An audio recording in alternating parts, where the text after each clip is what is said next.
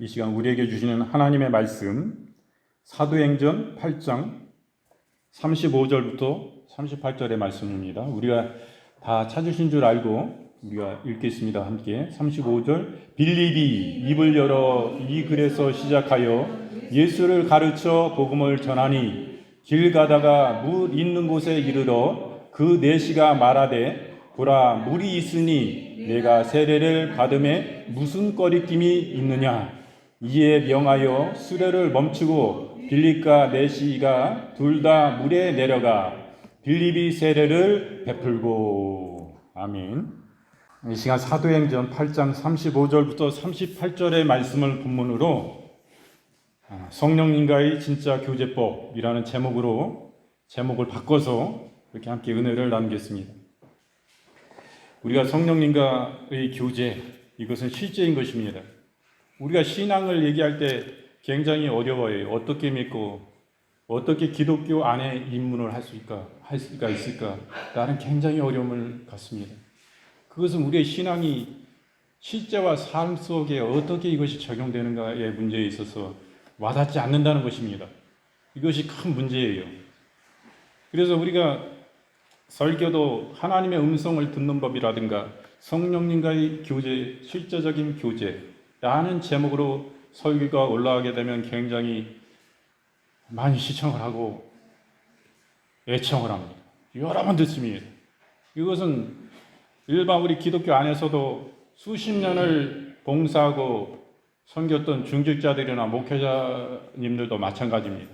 우리 기독교 사역자들도 이 부분에 대해서는 굉장히 관심이 많은 것입니다. 그만큼 영적인 부분에 있어서 이런 성령님과의 실제적인 교제가 이루어지면 그 사역과 그 삶이 엄청난 획기적인 강력한 변화가 생기는 것입니다. 그렇기 때문에 너무나 중요한 부분인데 이 부분을 간과하는 부분들이 참으로 많습니다. 그래서 우리가 성령님은 어떤 분이냐 알아야 됩니다. 하나님은 우리가 아까 5장 찬송에서도 우리가 불렀듯이 성부 하나님입니다. 그리고 성자 예수님이 하나님이십니다. 그리고 아버지와 이 성부와 성자의 영이신 성령님이 하나님이시에요. 그래서 하나님은 세 위격을 가지시고 하나이신, 그 뜻이 하나이신 삼위일체 하나님이라고 합니다. 그래서 성부 하나님이 가장 높으신 하나님이셔요. 그 앞에 다 성자 예수님, 아들 예수님과 성령님은 다 순종을 합니다.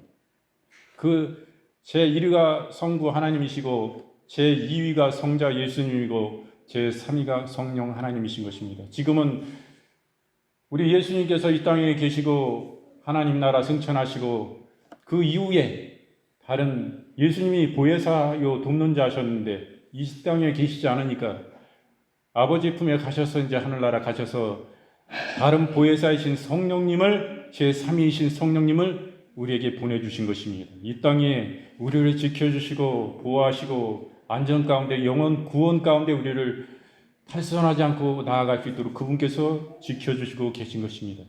이 성령님을 그럼 어떻게 우리가 영적 세계에서 실제적인 우리의 삶이 육신의 삶이요 이 세상의 삶 같지만은 우리의 깊은 내면에는 우리는 영이 있습니다. 우리는 영적 존재예요. 하나님도 영적 존재입니다. 또 마귀도 영적 존재예요. 하나님과 사람과 마귀만이 영적 존재인 것입니다. 그 외의 모든 짐승과 다른 동물들은 다 혼적인 존재인 것입니다. 우리의 사람은 제일 깊은 곳에 우리의 본질인 영이 있습니다. 그 바깥에 우리의 정신 있는 혼이 있습니다. 그리고 맨 바깥에 우리의 살과 근육과 뼈와 이런 모든 것이 우리의 최종 마지막인 우리의 육신인 것입니다. 이렇게 우리는 되어 있어요. 그러나 일반 짐승들은 영이 없어요. 혼입니다. 그렇기 때문에 하나님과 교제할 수가 없습니다. 그러나 우리는 영적 존재예요, 사람은. 그렇기 때문에 하나님과 교제할 수 있는 것입니다. 우리의 실제 삶 가운데 하나님이 역사하시는, 하나님이 붙들어 쓰시는 사람은 하나님의 성령의 사람이요. 그 안에 깨어있는 사람이요 성령 안에 열려있는 사람인 것입니다. 끊임없이 기도하고 당연히 그 사람은 우리 예수님을 믿을 때 철저히 진심으로 회개하고 그 예수님을 나의 구주로 주님으로 임금으로 모셔드리는 삶을 사는 것입니다. 하나님은 너무나 좋은 하나님이에요. 그분은 강제로 우리를 폭압으로 우리를 인도하거나 사역자를 사용하지 않습니다. 하나님 저는 하기 싫어요. 그럼 하나님은 그냥 두십니다. 하나님은 억지로 강제로 시키지 않아요.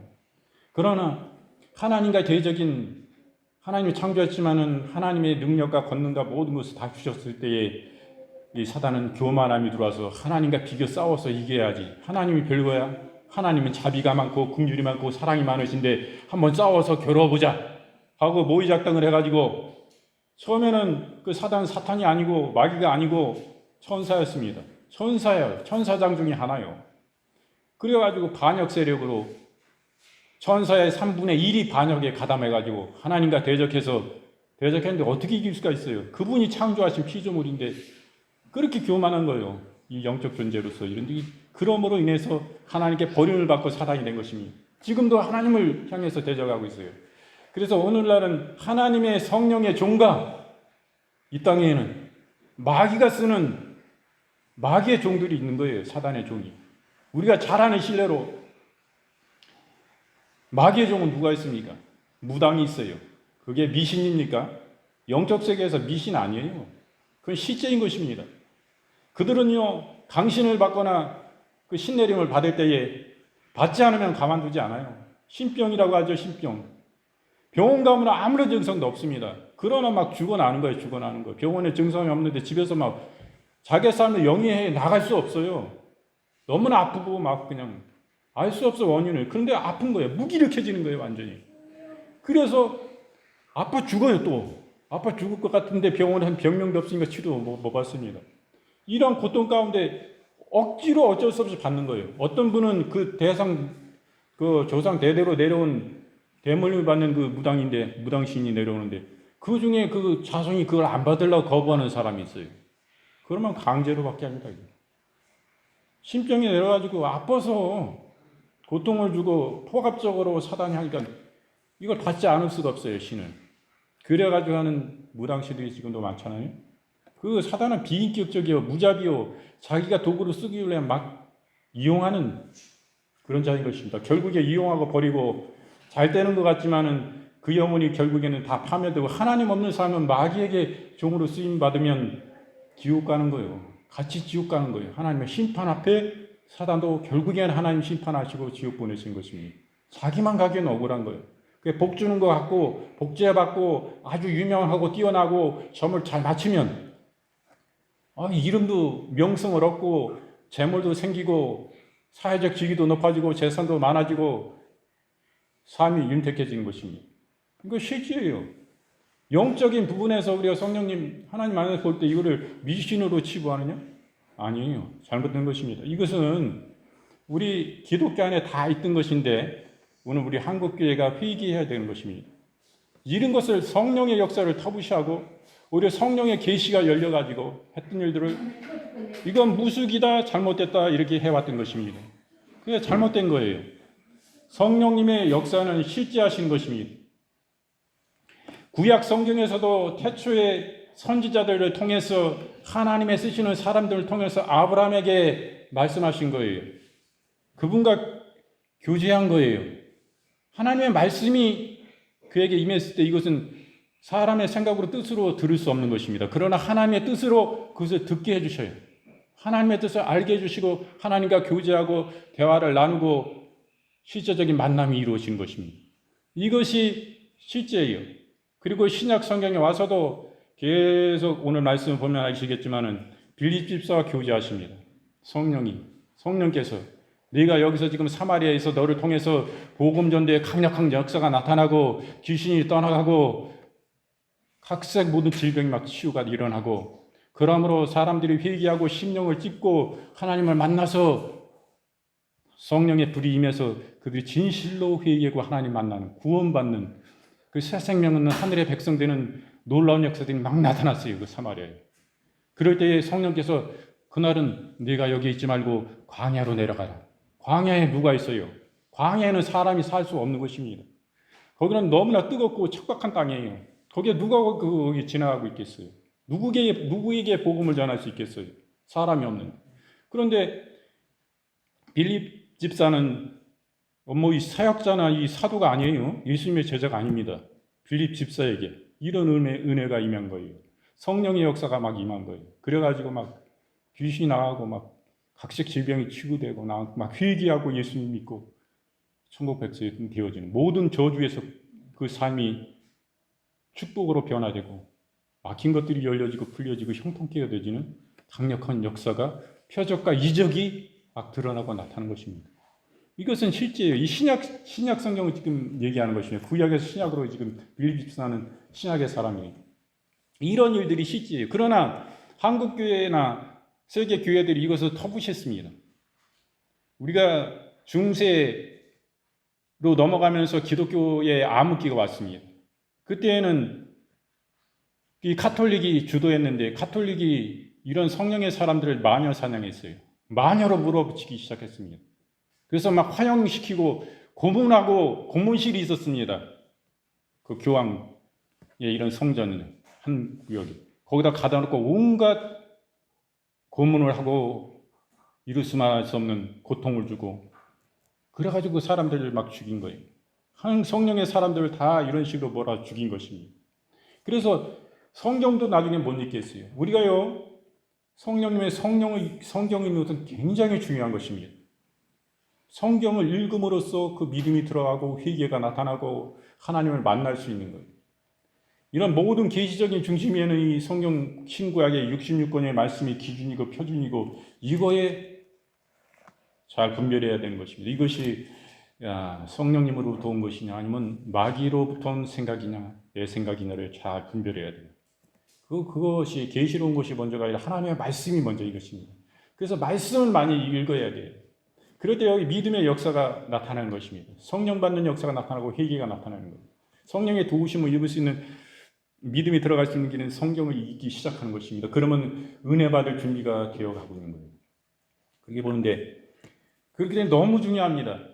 이 성령님은요 속지 않으세요. 진짜 성령님은 여러분 성령님의 교제법 실제적인 교제법들에 대해서 또 연수법에 대해서 이렇게 책들이 많이 나와 있습니다. 그것을 통해서 진짜 우리가 성령님을 만나고 하나님 만날 수 있습니까? 성령님 안녕하세요. 아침에 일어나서 성령님 저와 식사하시죠.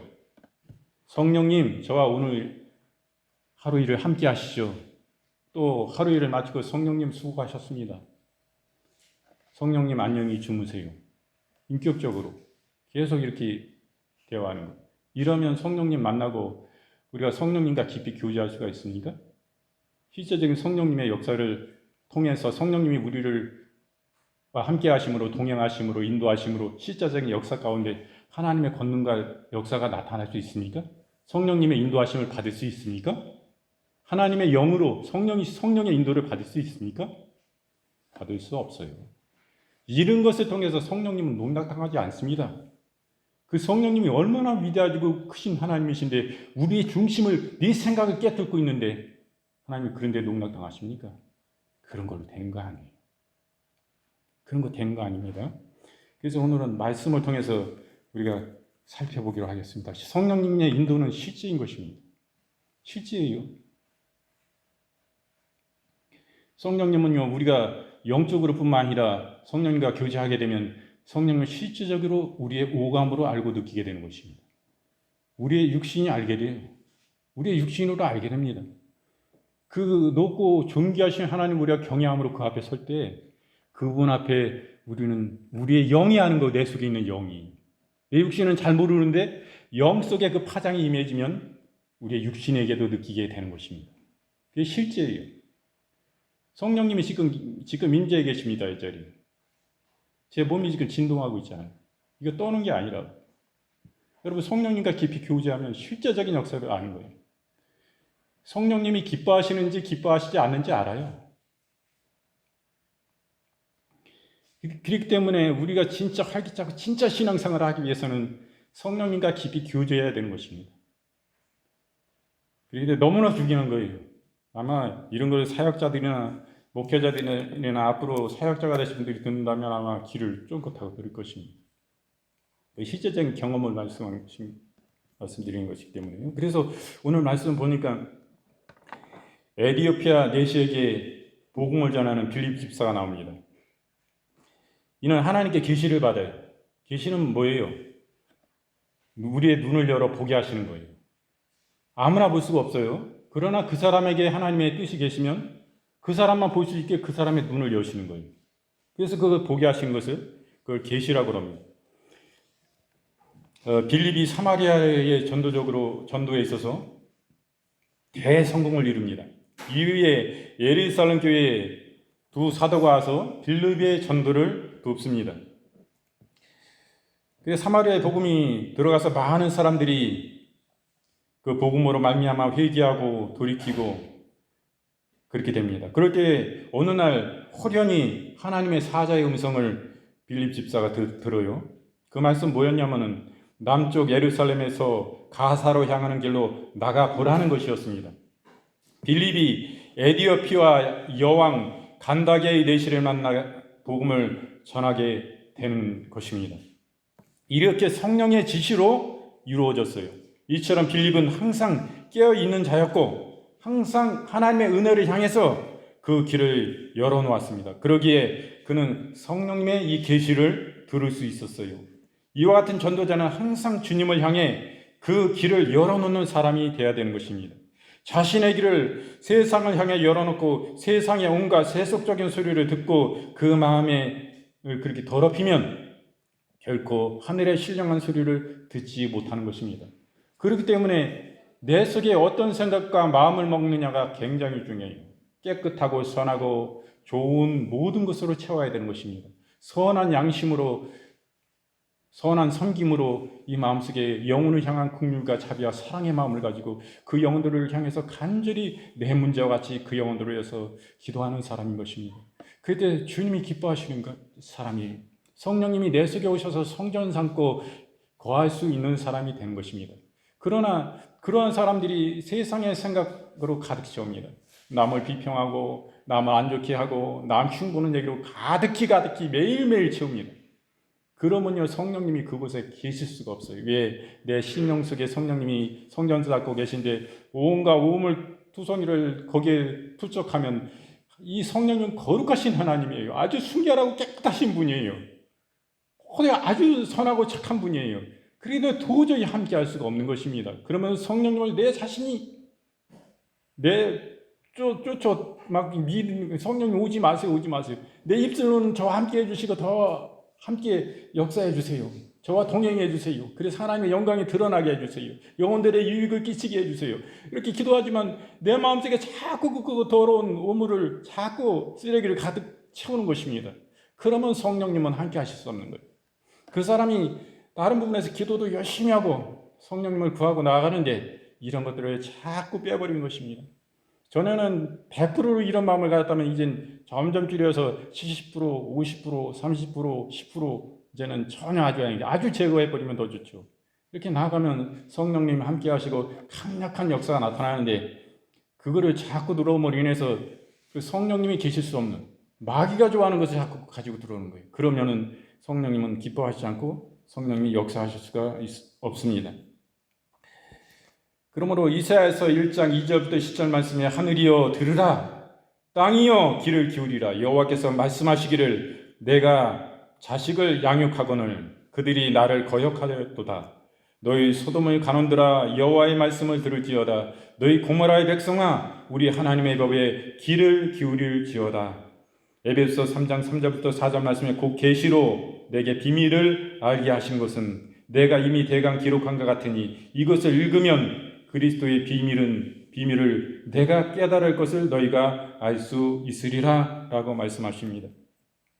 이 성령님이 열어 보여주시고 계시가 임했을 때에 이 말씀에 성령님 말씀에 순종해야 되는 것입니다.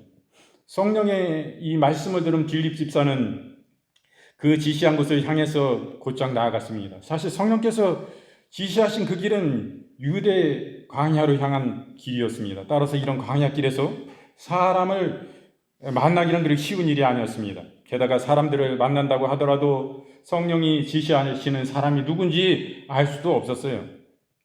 그런데 성령님의 그 지시하심을 따라갈 때에 빌립은 사마리아에서 열심히 복음 사역을 감당했었는데 왜 이쪽으로 보냈는가 영문을 알 수가 없었습니다. 보통 사람이라면 누구나 핑계하고 변명하고 가지 않았을 수 있었을 것이에요. 그러나 빌립 집사는 순종하고 두말 없이 즉각적으로 가냐를 향해서 나아갔던 것입니다. 혈로 항상 성령님의 지시에 길을 열어놓고 있어야 돼요. 또한 순종의 사람이 되어야 됩니다. 이처럼 주님의 사역자들에게 제일로 요구되는 그 미덕은 그 말씀에 철저히 그리고 절대적으로 복종하는 것이 이것이 참으로 순종의 미덕인 것입니다. 이런 사람은 하나님이 귀하게 쓰실 수가 있는 거예요. 전인격적으로 순종해야 됩니다. 신명기 26장 16절 말씀에 오늘날 내 하나님 여호와께서 이 규례와 법도를 행하라고 내게 명하시나니 그런즉 너는 마음을 다하고 성품을 다하여 지켜 행하라 라고 말씀하십니다. 우리가 잘 아는 사무엘 선지자는 사울 왕을 향해서 순종이 하나님께 드리는 제사보다 더 귀하다고 이렇게 말씀하셨어요. 이 사울 왕은 너무나 짓궂을 정도로 하나님의 마음을 아프게 하고 순종하지 않는 이스라엘 왕이었습니다. 결국에는 어땠습니까? 성령이 떠나시고 하나님께 버림을 받고 말았습니다. 오늘 전도를 받은 에디오피아 내시는 하나님의 성경의 말씀에 대한 아주 열정으로 가득 차 있는 내시였습니다. 이 내시가 성경을 읽고 있었어요. 빌립이 광야로 나아갔을 때에 마침 여기 병거의 행렬이 있었습니다. 그곳을 가만히 보니 가마에 있는 에디오피아 여왕의 내시가 이사야서 53장 7절부터 8절 말씀에 메시아의 고난에 대한 말씀을 묵상하고 있었습니다. 빌립이 보더라도 이런 낯선 행렬, 더욱이 외국인이 가마 위에서 성경을 읽고 있는 것은 이 복음의 초창기에는 이 당시에는 매우 기이한 일이었어요. 그래가지고 빌립은 한눈에 바로 이 사람이구나. 성령께서 이 사람에게 말씀하시라고 보내주셨구나라는 것을 확신할 수가 있었습니다. 아마 이 정도면 굳이 성령의 지시가 아니더라도 빌립은 내시에게 복음을 전하려는 열정을 가졌을 것입니다. 이렇게 하나님은 하나님의 말씀을 삼아야 항상 말씀을 가까이 하는 자에게 어떤 모양이로든지 그 말씀을 깨우칠 수 있는 길을 허락해 주십니다. 중요한 것은 우리가 얼마나 말씀을 가까이 하며 그 말씀을 사모하느냐인 것입니다. 여러분 말씀 사모한다 해가지고 교회 목사님이 허락하시지 않는 성경 공부는 지금 안 됩니다. 성경 공부를 통해서 사이비 이단이 우리에게 침투해서 우리의 영혼과 우리의 삶을 다 망쳐놓고 버려버리기 때문인 것입니다. 바로 우리가 잘 아는 신천지가 그런 것입니다. 성경 공부하지 않으면 그곳에 끌려 들어가지 않습니다. 그 잘못된 교리에 세뇌되지도 않습니다. 그러나 성경 공부를 통해서 잘못된 성경 공부를 통해서 그렇게 사이비 이단에 빠진 것입니다. 그렇기 때문에 담임 목사님이 허락하지 않는 교회 안에서 성경 공부라 할지라도 그런 은밀한 모든 성경 공부는 안 되는 것입니다. 그래서 이것은 기독교인들뿐만 아니라 불교, 종교가 없는 사람, 이런 사람들도 천주교, 기독교 다 빠져들어가요, 여기에. 그래서 처음에는 무교했던 사람들도 있습니다. 그 삶이 얼마나 한패하겠어요. 이제 이만희 교주가 90세가 훨씬 넘어가지고 100세를 향해서 가고 있는데 언제까지 자기가 영생불사한다고 거짓말로 꾸며댈 수가 있습니까? 또 그때 되면 이제 다른 교리로 이제 또 핑계를 댈 거예요. 이단과 사이비가 다 그렇습니다. 극단적인 종말론자들이 다 그래요. 맨날 불발되지 않습니까? 몇 월 며칠 날 주님이 오신다, 재림의 날이다, 실컷 교주가 떠들어대고 그 영혼들 꾀해가지고 거기 집단생활하고 이러는데 다 돈 다 빨아내고 해가지고 빨대 꽂고 흡혈귀같이 다 빨아먹고 볼장 다 보면은 니네가 이제 죽어야 그 주님 만나. 주님 만나려면 죽어야 돼. 그 재림주 만나려면 죽어야 돼. 그래가지고 금식해가지고 굶어 죽게 하고 지금 아프리카에서 그러고 있잖아요. 극단적인 종말론자가. 결국에는 몇십 년 이제 거짓말 계속 시키다. 언제 주님 올 거야? 이제 우리 돈 다 떨어요. 이제 삶도 어렵다. 그동안 다 갖다 주님 오신다고 그래 다 바쳤는데 우리 뭐 어떻게 되냐? 이제 원성이 이제 나올 거 아니에요? 이제 그 핑계로 둘러대는 게 이제 죽어야지 된대. 죽어야. 굶어야지 된대. 굶어 죽는 사람들이 부지기수 막 나와가지고 문제가 되고 그 검찰에 고발돼가지고 교주가 막 수갑 차고 다 갖고 막 그러잖아요. 이게 실제예요. 예, 성경 공부 이 당시에만 그런 게 없으니까 이렇게 굉장히 말씀을 가까이 하는 게 중요합니다. 그리고 자신 개인적으로 말씀을 읽고 그런 거 참 중요해요. 그런데면은 좀 유의를 하셔야 되고요. 그런데 이 은혜 받을 만한 이 준비가 됐어요. 이 내시는 에디오피아 내시가 복음을 듣게 된 이면에는 그의 심령에 항상 은혜의 입기를 위한 만반의 태세가 갖추어져 있음을 우리는 보게 되는 것입니다. 유대인들의 절규를 지키기 위해서 예루살렘으로 왔어요. 자기가 유대인도 아닌데. 그는 유대인들의 절규를 지키기 위해서 이렇게 왔습니다. 사실 솔로몬과 시바 여왕인 후예예요. 이 에디오피아는. 옛날에도 이 당시에도 에디오피아였고 지금도 에디오피아입니다.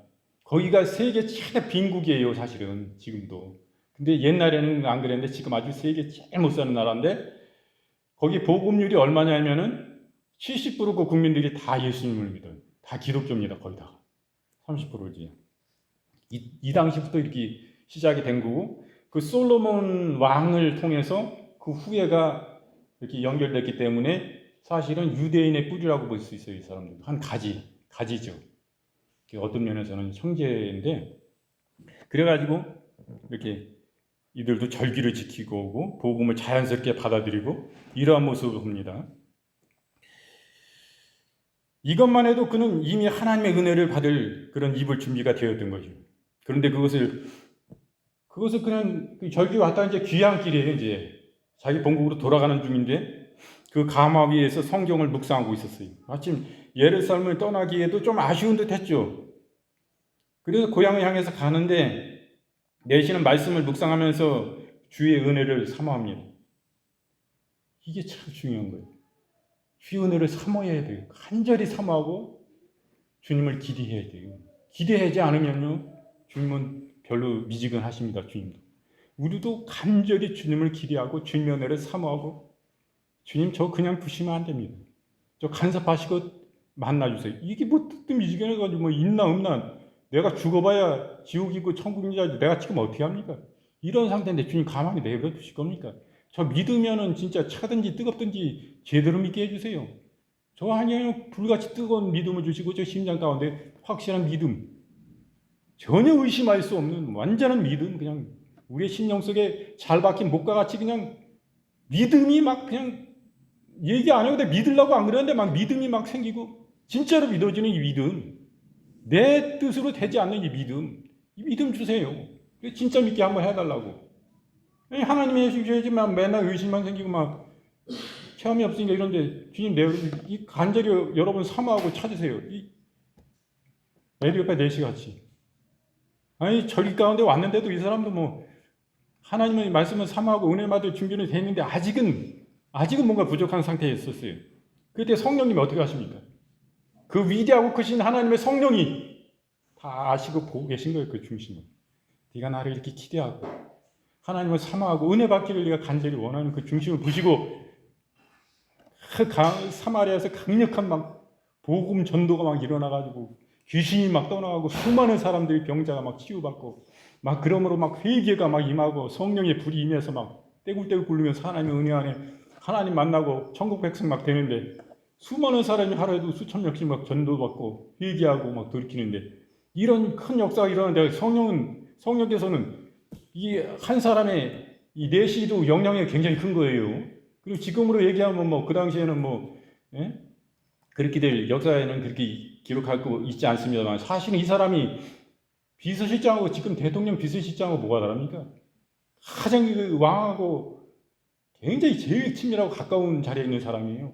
모든 내밀한 것을 그 왕의 모든 삶의 모든 것 그가 뭐를 잡수셨고 점심 때 뭐 잡수셨고 뭘 좋아하시고 술은 뭘 좋아하고 뭐 음식은 뭘 좋아하고 다 하는 사람이 이 사람은 아주 그냥 모든 건강까지도 다 알고 내밀한 사람인데 그 영향력은 굉장히 큰 거예요. 이 사람에게 복음이 전해졌으니까 이 사람을 통해서 그 왕도 복음을 전해드릴 가능성이 엄청 많은 겁니다.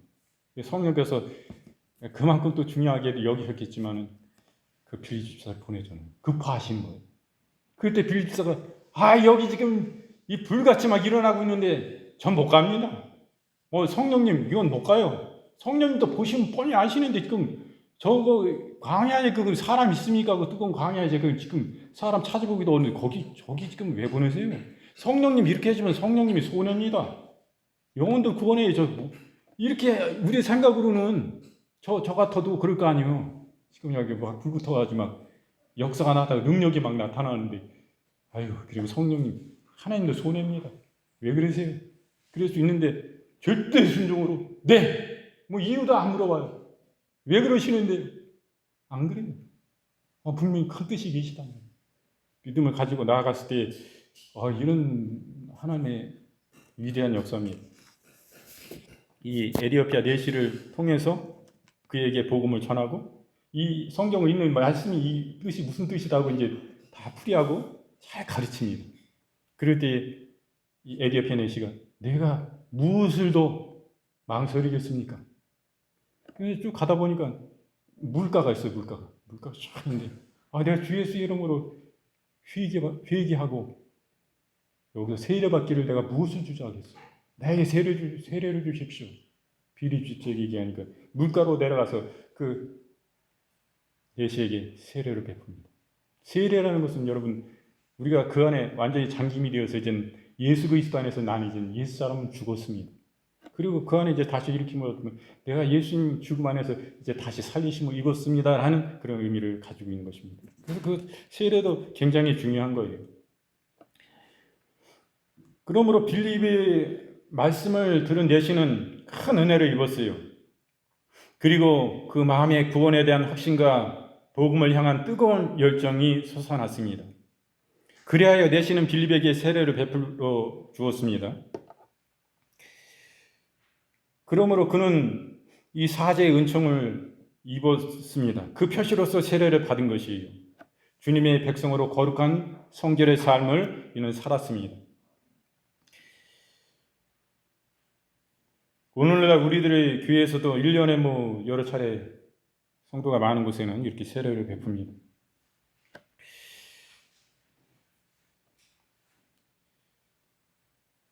그러므로 여러분 보십시오. 이 내시도 굉장히 그 권세가 큰 사람입니다. 그 신분이 굉장합니다. 그런데 그것에 능가하는 빌립의 권위를 우리는 볼 수 있는 것입니다. 그것은 성령님이 그 만왕의 왕, 만주의 주가 되신 거예요. 그 에디오피아의 왕보다도 더 높은 분이 성령님이라는 것을 우리는 잘 알 수가 있습니다. 그러므로 우리는 성령님과의 깊은 교제를 가져야 됩니다. 실제적인 성령님과의 교제를 가져야 돼요. 그러면 성령님과의 교제를 가지려면 어떻게 해야 됩니까? 우리는 회개해야 되는 것입니다. 진실한 회개가 있어야 돼요. 그리고 우리는 기도하는 삶을 살아야 됩니다. 에베소 6장 18절 말씀에 모든 기도와 간구로 하되 무시로 성령 안에서 기도하고 이를 위하여 깨어 구하기를 항상 힘쓰며 여러 성도들을 위하여 구하고 라고 말씀하신 것입니다. 올바른 기도는 또 그럼 무엇입니까? 역대하 7장 14절 말씀에 내 이름으로 일컫는 내 백성이 그 악한 길에서 떠나 스스로 겸비하고 기도하여 내 얼굴을 구하면 내가 하늘에서 듣고 그 죄를 사하고 그 땅을 고칠지라. 늘 겸손하고 자기를 낮추는 그런 기도 안에 나아가는 것입니다. 그리고 하나님을 경외함으로 그분 앞에 나아가는 거예요. 그럴 때 항상 하나님의 얼굴을 구하는 것입니다. 하나님의 영광을 구하는 것입니다. 하나님의 얼굴을 구해야 돼요. 하나님의 얼굴을 구하는 것은 하나님의 얼굴을 보여주세요. 이것도 하나님의 얼굴을 구하는 것이겠죠. 주님, 우리의 예배 가운데, 우리의 삶 가운데, 우리의 가정 가운데 오셔서 주님, 우리의 진정한 주님이 되셔서 우리의 가정을 지켜주시고 모든 하나님의 허비로 나가는 것을 주여 막아주시고 모든 위험 가운데 우리를 지켜주시고 그 실제적인 성령님 오셔서 빛과 같이 하나님 어둠이 있습니까? 주님 빛이면 그냥 어때요? 빛이 딱 비치면 어둠이 즉각적으로 사라지고 빛이 임하는 것 같습니다. 우리 주님을 절대적으로 하나님 소중한 주님이시니까 오셔서 저희들을 지켜줘야 되지 않습니까? 주님, 저희들은 연약한 존재입니다. 주님, 우리의 마음과 생각도 지켜주시고 우리의 가정을 지켜주옵소서. 우리의 가정을 축복해 주시옵소서. 그저 주님을 입술로 초청하고 제 마음을 다해서 간절히 초청하는 거예요. 주님 오시옵소서. 제가 모릅니다. 주님 믿으려고 하는데 어떻게 믿어야 될지 잘 모릅니다. 믿음의 확신도 안 오고 어떻게 믿어야 됩니까? 이 실제적으로 그분께 구하는 거예요. 그분을 저는 이대로 믿으면 안 되는데 주님 진짜 하나님 기뻐하시는 담대한 믿음 주세요. 이렇게 우리는 주님을 향해서 실제적으로 구하는 삶을 살아야 되는 것입니다. 그리고 어떻게 해야 됩니까? 순결하고 성결하고 거룩한 삶을 살아야 됩니다. 시편 22편 3절 말씀에 이스라엘의 찬송 중에 거하시는 주여 주는 거룩하시니이다. 주님이 거룩하시기 때문에 우리도 거룩해야 돼요. 그래야 주님이 만나주시고 주님이 우리가 실제적으로 교제하시고 말씀을 나누시고 우리의 심령 가운데 말씀을 주시고 만나주시는 거예요. 우리의 말씀이 우리 심령 속에 임했을 때 그 말씀은 예사 말씀하고 틀린 것입니다. 우리의 말씀 속에 그 말씀이 임했는데 이 말씀이 자꾸 확장되고 그 해석이 확장되고 그 말씀이 풍성해져서 막 은혜가 되고 눈물이 넘치고 막 마음으로 막 기쁜 거예요. 마음의 평강이 넘치는 거예요. 막 기뻐가지고 막 눈물이 막 나. 그 말씀을 생각하면 너무나 위로의 말씀이요 기쁜 말씀인 것입니다. 그 말씀을 주세요. 성령께서 우리의 심령 가운데 주십니다. 성령께서 우리의 영혼, 우리의 마음 가운데 주세요. 그 기쁨으로 임해요. 뜨거운 사랑으로 임해요. 그게 성령이 주시는 특징입니다. 그러나 마귀가 주는 것은 어떻습니까? 기루 많이 줍니다. 기루. 물론 성령께서 기루 주실 수 있지만 기루 소곤소곤 줍니다. 사랑하는 내 딸아, 사랑하는 내 아들아 하면서 소곤 이걸 줘요. 그래가지고 내가 하나님이다. 네 마음을 열어라. 내가 네 마음 가운데 들어갈게. 이렇게 하면 절대 이것은 마귀가 주는 것이기 때문에 예수님의 이름으로 거부해야 되는 것입니다. 예수님의 이름으로 직접 떠나갈지어다. 이 더러운 마귀야 하고 쫓아내야 되는 거예요. 그리고 성령께서는 우리의 심령 가운데 주시는 거예요. 여러분 마귀가 와가지고 마귀는 뭐라 그럽니까? 자기를 강명한 천사와 같이 또 내가 하나님이다 라고 마귀는 얘기하는 거예요. 왜? 그 심령 속에 아직 못 들어갔어요.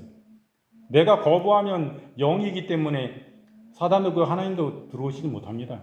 내가 원하고 초청하고 내 마음께 성전 잡고 오시옵소서 이렇게 원하고 초청해야지만 우리 가운데 오셔서 역사하시는 거예요. 그때는 주인으로 역사하십니다. 그럼 우리의 삶을 도와주시는 거예요. 강력히 인도하시는 것입니다. 축복하시는 거예요. 성령이 임하시는 건데 마귀가 우리를 속이고 우리를 집짓고 우리를 패망케 하기 위해서 들어올 때는 귀에다 말하면서 내가 하나님이다. 내가 강력한 천사다.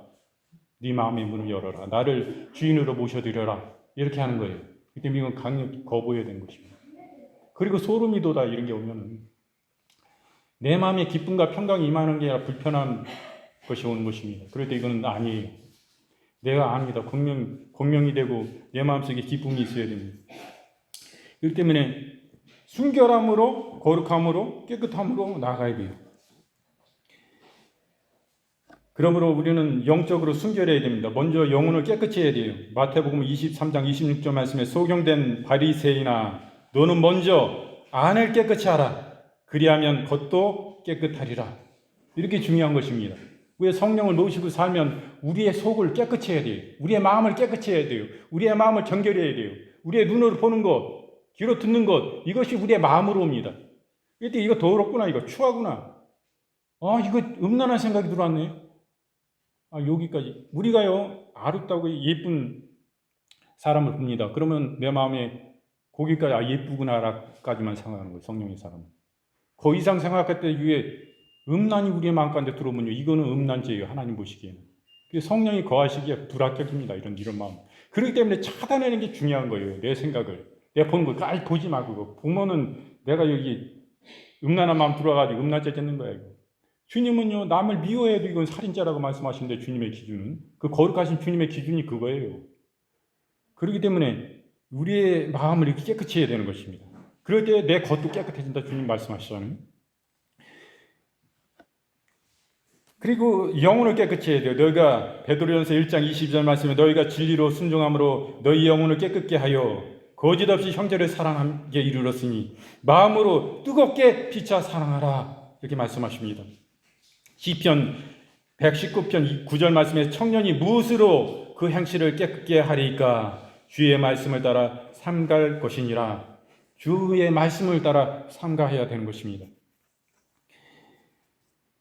요한복음 5장 29절 말씀에 선한 일을 행하는 자는 생명의 부활로 악한 일을 행하는 자는 심판의 부활로 나오리라. 로마서 6장 19절 말씀에 너희 육신이 연약함으로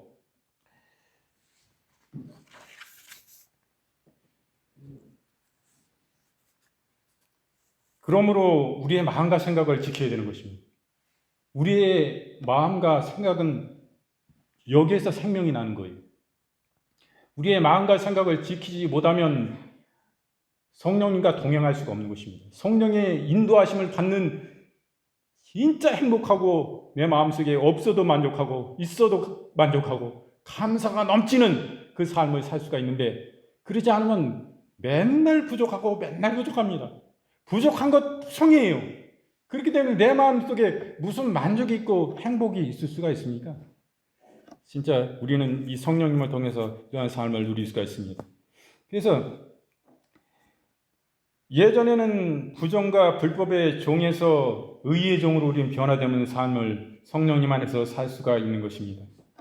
그리고 이렇게 기도하고 회개하고 이렇게 거룩한 성결한 순결의 삶을 살고 그 다음에 셋째로는 하나님을 경외하는 삶을 살아야 되는 것입니다. 잠언서 1장 7절 말씀에 여호와를 경외하는 것이 지식의 근본이오늘 미련한 자는 지혜와 훈계를 멸시하느니라 말씀하십니다. 로마서 11장 33절 말씀에 깊도다 하나님의 지혜와 지식에 부유하며 그의 판단은 측량치 못할 것이며 요한복음 17장 10절 말씀에 저희를 진리로 거룩하게 하옵소서. 아버지의 말씀은 진리니이다. 하나님의 말씀은 진리입니다. 하나님의 말씀이 아닌 것은 다 진리가 아니라는 거예요. 하나님의 말씀을 쫓아 하나님을 따라가면 우리가 영생 천국을 누리게 된 것입니다. 성령님과 실제적인 교제와 실제적인 역동적인 이런 역사와 성령님의 위로와 인도를 우리가 받을 수 있는 사람이 되는 때에 성령님 우리에게 계시를 주십니다. 여러분 무속인들이 신령해가지고 신령한 거예요. 우리가 그거 무시하면 안 됩니다. 신령해서 과거를 잘 맞춥니다. 거기에서 홀딱 반해가지고 굿하고 그러는 거 아니에요? 근데 앞으로 있어야 될 미래에 대해서는 사단이 다 엉터리로 다 틀려요. 아니 사단이 처음부터 끝까지 다 봐왔기 때문에 우리의 과거 있었던 일 다 알고 있습니다. 사단이 모르는 거 아니에요. 그게 사단 나라에서는 왕이잖아요. 거기 수많은 악한 영들이 있잖아요. 그 밑에는 귀신들이 있잖아요. 걔들도 세분화되어 있고 다 조직화되어 있고 계획화되어 있고 다 그 자료가 다 공유가 다 돼버립니다.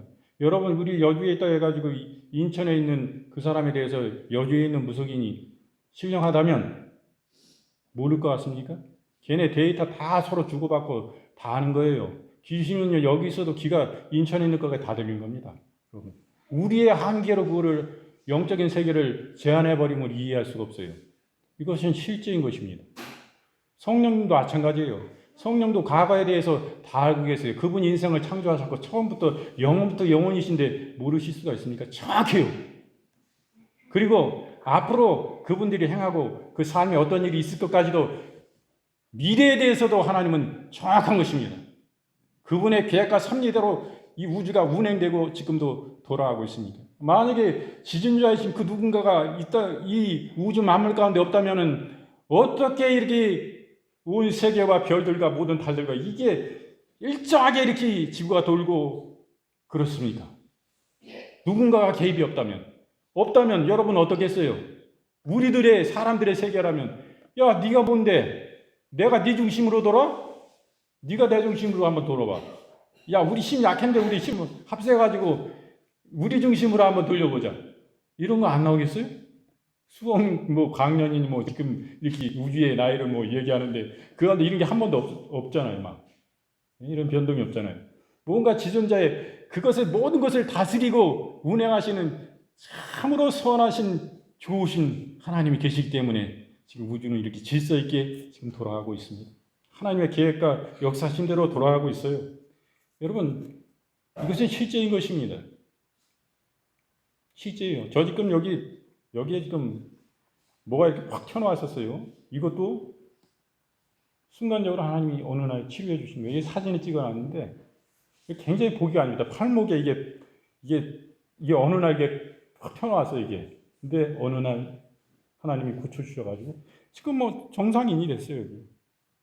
우리 사모님도 잘 알지만 실제인 거 이거 뭐 일부예요, 이런 거. 여러분 이것도 하시는데 하나님은 능력이 제한이 없습니다. 그분은 우리가 제한하는 우리 믿음이 없으니까 불치함은 못 고치죠. 특히 치매를 어떻게 고쳐요? 치매는 하나님은요 죽은 자도 살리신다고 해서 하나님 뜻이겠지. 근데 사람은 한 번 태어났다 죽는 것은 하나님이 정하신 이치요. 치유받았어도 결국에 나이가 다 되고 그 연한이 다 되고 하나님의 때가 차면 하나님이 천국에 이르러 부르시는 거예요. 거기서는 진짜 죽음도 없고 아픔도 없고 슬픔도 없는 그 나라로 우리는 주님은 인도하십니다. 그래서 우리는요 잘 믿어야 됩니다. 예수 믿는 것도 잘 믿어야 돼요. 우리가 복음이라고 그럽니다. 예수 믿는 이 말씀은. 근데 복음도요 다른 복음이 있어요. 다른 복음. 갈라디아서 1장 7절 말씀에 다른 복음은 없나니 다만 어떤 사람들이 너희를 교란하여 그리스도의 복음을 변하게 하려 함이라. 그러나 우리나 혹은 하늘로부터 온 천사라도 우리가 너희에게 전한 복음 외에 다른 복음을 전하면 저주를 받을지어다. 이렇게 단호하게 말씀하시는 것입니다. 여러분 교회 안에 모든 유의를 즐기고 그런 것이 팽배해 있습니다. 여기에 성령님만 모셔놓고 성령님 하면 이건 하나님의 교회지. 이렇게 이야기합니다. 이것은 다른 복음이에요. 변질된 복음입니다. 하나님 기뻐하시지 않는 복음입니다. 하나님의 교회는요, 하나님이 제한하는 게 아니에요. 너희는 그냥 가난하게 살고 찢어지게 가난하게 살아. 그 고난을 받고 이래야지 네가 예수 믿는 사람들이 이렇게 이야기합니다. 그거 아니에요. 하나님도 우리에게 모든 필요를 채워주시고 남에게 꾸어주고 나눠주고 섬기고 하나님의 영광 위해서 영원 구원을 위해서 쓰게끔 풍성한 은혜를 주시고 우리에게 복을 주시는 거예요. 그거 원하시는 거예요. 하나님은. 그런데 내가 있어도 검소하게 사는 거예요. 믿는 사람은. 교회는 매일 와가지고 맨날 교제만 하고 좋은 식사만 하고 맨날 커피 마시러 다니고 이게 중심이 돼버리면 이거는 변질이에요. 그 잘못된 것입니다. 이게 한번 점검해 봐야 돼요. 내 교회가 이거 바른 교회인가? 바른 교회인가 생각해야 되는 거예요. 나만 생각하고 이 세상에 다 한번 누려보고 살자 이 마음을 가지면 잘못된 거예요. 왜? 나 이렇게 사는데 내 그리스도 안에서 내 형제요 자매들은 이 수많은 영혼들은 저 아프리카의 수많은 영혼들 가운데는 얼마나 진짜 하루 먹을 거리를 걱정하고 끼니를 걱정하고 조그만 월세금을 낼 수 없어서 학교를 못 가고 그런 아이들과 그런 가정들이 얼마나 많습니까? 우리 그런 거 바라볼 때 우리의 중심이 어떠한 삶을 살아야 돼요? 내가 있으나 검소해야 되는 것입니다. 절약해야 되는 거예요. 우리 그런 부분들을 우리가 생각하고 돌아볼 때에 성경 현장에 가볼 때에 그 비참한 삶을 우리 돌아볼 때 우리의 심령이 어때야 되겠어요? 내가 그런 삶을 살았다면 회개가 터져나오는 거예요. 진짜 제가 잘못 살았습니다. 제가 잘못 믿었습니다. 이거 다른 복음 아닙니까 이거? 하고 여러분 성령님의 그 통해서 우리 양심에 성령께서 말씀하신 그 말씀을 길을 열어야 돼요. 그 귀 딱 닫아버리고 이건 이거 안 볼래 이거는 이렇게 하면 안 되는 거예요. 어떤 게 주님 기뻐하시는 것인가? 우리 신앙의 말씀을 통해서 우리 분별해야 돼요. 제가 아까도 말씀드렸지만 우리의 모든 삶에 모든 계시가 오고 영적인 꿈이 임하고 예언이 임하고 어떤 은사가 임했더라도 하나님 말씀에 분별해야 돼. 이게 하나님의 온 게 맞아? 분별해. 하나님의 말씀. 우리 하나님의 예수님도 그러셨지만 예수님의 제자들이 사도들이 어떤 삶을 살았어요? 그분들 진짜 고난의 삶을 살았습니다. 성도들 가난한 성도들과 똑같이 있고 똑같이 먹고 마셨어요. 자기들이 거기 헌금 들어오고 자기 부정축적 자기 평안에 살고 부를 위해서 이렇게 산 거 아닙니다. 진짜 천국에 나그네 된 삶을 살고 천국에 소망을 두고 우리의 본향이 여기 아니잖아. 이곳에서 우리 잘 먹고 잘 살고 이것만 위해서 사는 거 아니잖아. 나의 이익을 위해서만 사는 거 아니잖아. 이게 진짜 신앙이에요. 내 신앙을 분별해봐. 내 지금 위치, 내 신앙이 지금 이게 바른 길을 가고 있나? 한번 점검해봐야 되는 것입니다. 그죠? 하나님 나라 그때는 회개할 수도 없고 돌이킬 수도 없어. 지금 해야 돼. 지금 이게 바른 건가? 우리가 믿음 없을 때는 막 이렇게 식사 교제도 많이 하고 막 커피숍도 가서 즐겁게 이렇게 모이고 이래. 이것도 중요하지만 그게 주가 되면 이건 변질된 거예요. 잘못된 거예요. 그것을 위해서 그러는 게 아니거든. 그래서 오늘은 이렇게 사도행전의 말씀을 통해서 성령님과의 실제적인 교제를 위해서는 어떤 것이 필요한가 우리가 이렇게 함께 살펴보았습니다. 시간이 많이 갔어요. 그래서 오늘은 우리 사모님, 우리 처와 형제, 우리 식구들이 이렇게 함께하여 주셨습니다. 여러분 예배 끝나고 함께 이렇게 교제 인사 나눠주시고요.